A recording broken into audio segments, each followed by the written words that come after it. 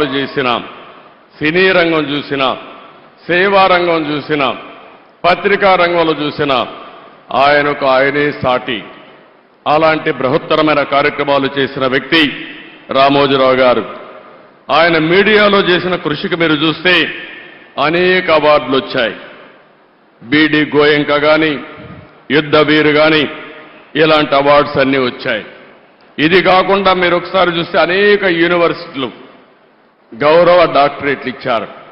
కడాన government of India అత్యంత ఉన్నత పురస్కారం పద్మ విభూషణ్ ఇచ్చి గౌరవించారు. ఈ గౌరవం మీరు మనందరం కూడా గుర్తుపెట్టుకోవాల్సింది.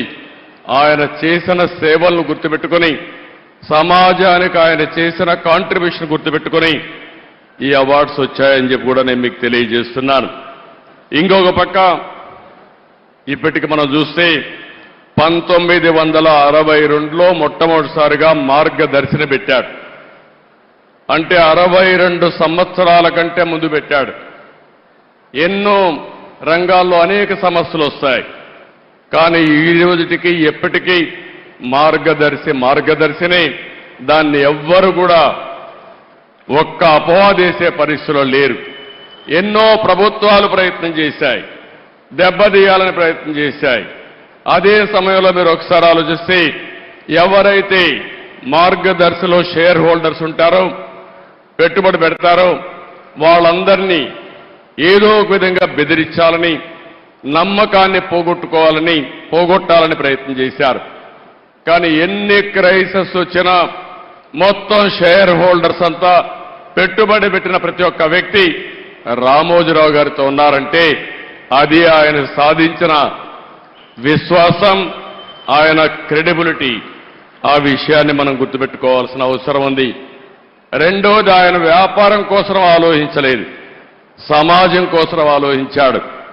అందుకే 1969లో అన్నదాత పేపర్ తీసుకొచ్చాడు. మొట్టమొదటిగా మీడియా పెట్టక మునుపు అన్నదాత పేపర్ మ్యాగజైన్ తీసుకొచ్చి తద్వారా రైతులకు మెరుగైన సేవలు అందించడం కోసం ఎనలేని కృషి చేసిన వ్యక్తి. ఇకపోతే 1974 ఆగస్టు 10న ఈనాడు తీసుకొచ్చాడు. విశాఖపట్నంలో మొట్టమొదటి ఎడిషన్ పెట్టాడు. మామూలుగా ఎవరైనా మీరు ఒకసారి చూస్తే ఒక ఎడిషన్ పెట్టిన తర్వాత సాటిస్ఫై అయ్యేవాళ్ళు. ఆయన ఈరోజు 5 దశాబ్దాలుగా ఈనాడు పేపర్ను అభివృద్ధి చేసిన విధానం చూస్తే ప్రజాగళంగా ఈరోజు ఈనాడు అనునిత్యం ప్రజా చైతన్యం కోసం పనిచేస్తా ఉంది. ఇంకో పక్క మీరు ఒక్కసారి ఆలోచిస్తే 22 ఎడిషన్స్ పెట్టి, జిల్లా ఎడిషన్స్ తీసుకొచ్చి వినూత్నమైన ఆలోచనలతో ప్రజా సమస్యల్ని ఎక్కడికక్కడ ఎండగట్టి, మేము రాజకీయాల్లో అపోజిషన్లో ఉంటే ఫైట్ చేస్తాం, రామోజీరావు గారు పత్రికా రంగంలో ఉండి ప్రజా సమస్యలపైన నిరంతరం పోరాటం చేసిన వ్యక్తి రామోజీరావు గారు అని చెప్పి నేను మీకు తెలియజేస్తున్నా. 40 సంవత్సరాలుగా నెంబర్ 1గా ఆ పేపర్ ఉందంటే దానికి ఎంత కార్యదీక్షత ఉంది, ఎంత కృషి చేశారో మనందరం కూడా గుర్తుపెట్టుకోవాల్సిన అవసరం ఉంది. ఇంకో పక్కన ఈరోజు మనం చూస్తున్నాం, కొన్ని వందల మంది జర్నలిస్టులు తయారు చేశాడు, కొన్ని వందల మంది సినిమా నటీనటులను తయారు చేశాడు, కళాకారులకు ప్రోత్సాహం ఇచ్చాడు, గాయకులను తయారు చేశాడు. ఇలాంటి అనేక కార్యక్రమాలు చేసిన వ్యక్తి రామోజీరావు గారు.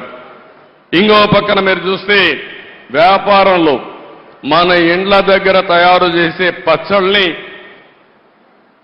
ఉత్పత్తి చేసి 150 దేశాలకు ఎగుమతి చేస్తున్నాడంటే ఆయన ఆలోచించే విధానం అని చెప్పి కూడా నేను మీకు తెలియజేస్తున్నా.